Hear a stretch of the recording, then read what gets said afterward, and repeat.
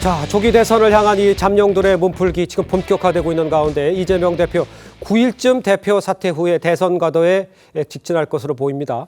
박찬대 원내대표의 권한대행 체제로 선거 준비에 도입할 거라 이런 전망도 나오고 있는데 일단 송국권 본부장께서 보시기에는 민주당의 대선 준비는 이미 준비가 돼 있고 그다음에 굉장히 박차를 가해서 가는 상황이라고 봐야 되죠.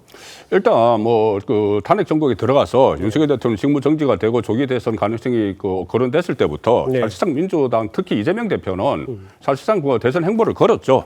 대선 행보를 걸으면서 또 그 어떤 사법 위기도 지금 하나 큰 고비는 벗어났지 않습니까? 예. 벗어나서 그 선거법 2심에서 무죄를 받았는데 과연 이제 60일 안에 어떤 또 변수가 생길 것인지 그거를 생각을 해보면은 매우 공교로운데 지금 조기 대선이 6월 3일로 예정이 되잖아요. 그렇습니다. 그런데 6월 3일이 어떤 날이냐면 이재명 대표 위정교사 결심 나오는 날이에요. 네. 그러니까 구형이 나오는 날입니다. 그렇죠. 지금 일정대로 하면은 그러면 그 사이에 또 위정교사 재판도 있어야 되는 것이고 그 결심이 나오려면은 네네. 그러니까 이재명 대표는 대선 행보와 재판 일정을 같이 몰고 가는 그런 상황이 된 것이죠. 예. 그래서 이것이 앞으로 어떤 변수로 작용을 할 것인가, 특히 민주당 경선 과정에서 저는 이 문제가 불거져야 된다고 봅니다.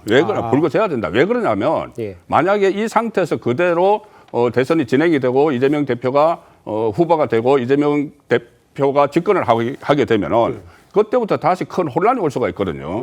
그때 불소추 특권이 재판이 그대로 진행이 되느냐, 중단하느냐 이것을 놓고 국론이 엄청나게 분열이 될 수가 있기 때문에 그렇겠죠. 선거법 하나가 문제가 아닙니다. 위정교사도 있고 그다음에 3개의 재판이 더 있으니까 예. 그 문제에 대해서 민주당 안에서 좀 정리를 경선 과정에서 하는 그런 절차가 저는 꼭 필요하다고 봅니다. 알겠습니다. 일단 그 비명계 주자들의 움직임 짚어보면요. 김두관 전 민주당 의원 내일 이 대선 출마를 공식 선언합니다. 김두관 전 의원 지난해에는 어떤 이야기를 했는지 좀 함께 들어보겠습니다. 이재명 대표를 포함을 해서 예. 우리 민주당 내 다양한 대선 주자들이 그 본선 경쟁하는 것이 예. 본선 경쟁력을 키우고 정권 교체도 가까이 갈 수 있는 거라고 평소에 주장을 했고 예. 지금도 그런 생각은 변함이 없습니다. 다양한 대선 주자가 클 수 있는 환경은 만들어줘야 된다 이런 말씀이신 거예요? 그게 이제 기본적으로 당이 해야 될 기본적인 책무죠. 다만 지금은 이재명 대표가 자기 대선 주자에서 압도적 1위고 예. 또 국민의 지지를 받고 있기 때문에 예. 그런 생각을 하는 사람도 별로 없지만 자, 김두관 전 의원이 내일 출사표를 내고요. 김부겸 전 국무총리도 이번 주에 공식 출마를 선언할 것으로 알려졌습니다. 김경수 전 지사, 김동연 경기도지사도 이번 주 출마 선언을 할 것으로 지금 전망이 나오고 있죠. 그러니까 비명계가 이제 이재명 대표를 향해서 견제구를 던지고 이 독주 체제가 흔들릴 수 있을 것 같으냐?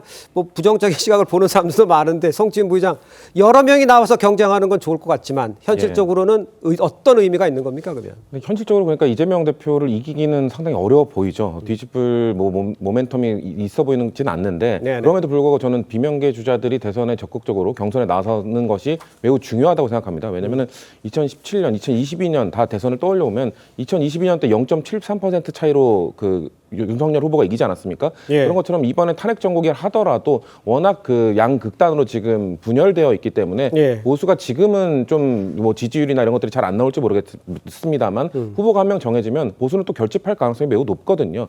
그렇게 되면은 아주 근소한 차이의 결과가 나올 수도 있기 때문에 그렇다면은 민주당을 지지하는 분들 중 이재명 대표가 아닌 김동연 지사, 김부겸 전 총리 이런 분들을 지지해서 민주당을 지지하는 분들까지 투표장으로 본선의 동력으로 삼기 위해서는 이런 분들도 경선에 참여해서 본인들의 목소리를 내고 본인 이재명 대표가 더 다른 목소리를 내면서 그게 융합이 되는 모습을 보여주지 않는다면은 그분들이 본선 투표장까지 향할지는 알 수 없는 일이거든요. 그렇기 때문에 이분들이 적극적으로 나서 주시는 것이 민주당에게는 매우 중요한 일이다. 저는 그렇게 보고 있습니다. 알겠습니다. 근데 이런 상황에요. 조국 혁신당 압도적 정권 교체를 해서 오픈 프라이머리 그러니까 완전 국민 경선제 이거를 다시 제안을 했어요. 김부겸 전 총리도 조국 혁신당 이 제안 완전 국민 경선 새로운 질서의 열쇠가 될 수 있다 이렇게 말을 했는데 민주당에서는 글쎄 이런 반응이 있었다는 거 같은데 예. 어떻게 보십니까?